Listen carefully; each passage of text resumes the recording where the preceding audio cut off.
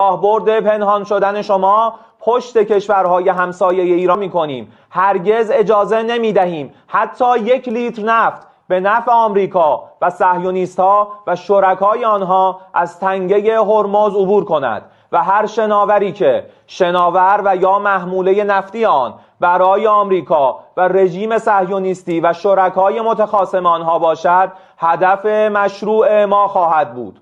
راهبرد پنهان شدن شما پشت کشورهای همسایه ایران اسلامی و مسلمان منطقه غرب آسیا و بلکه جهان منقضی شده است. ترفند پنهان شدن ارتش بزدل شما در اماکن عمومی و زیرساختهای کشورهای منطقه نمیتواند ارتش شما را از باطلاقی که در آن گرفتار شده اید نجات دهد و مراکز حیاتی و پایگاه‌هایتان یکی پس از دیگری در آتشی که شعله‌ور کردید می‌سوزد و دوباره خواهد سوخت. خون رهبر شهیدمان و قائد عظیم الشأن امت اسلامی را خط بطلانی بر هر گونه انفعال می‌دانیم. سیاست ضربه متقابل از سوی ما پایان یافته و سیاست ضربه پشت ضربه را تا تنبیه و پشیمانی کامل شما پیش رو داریم. یک بار هم که شده صادق باشید، قهرمان نمایی نکنید و به شکست خود در طول تاریخ آمریکا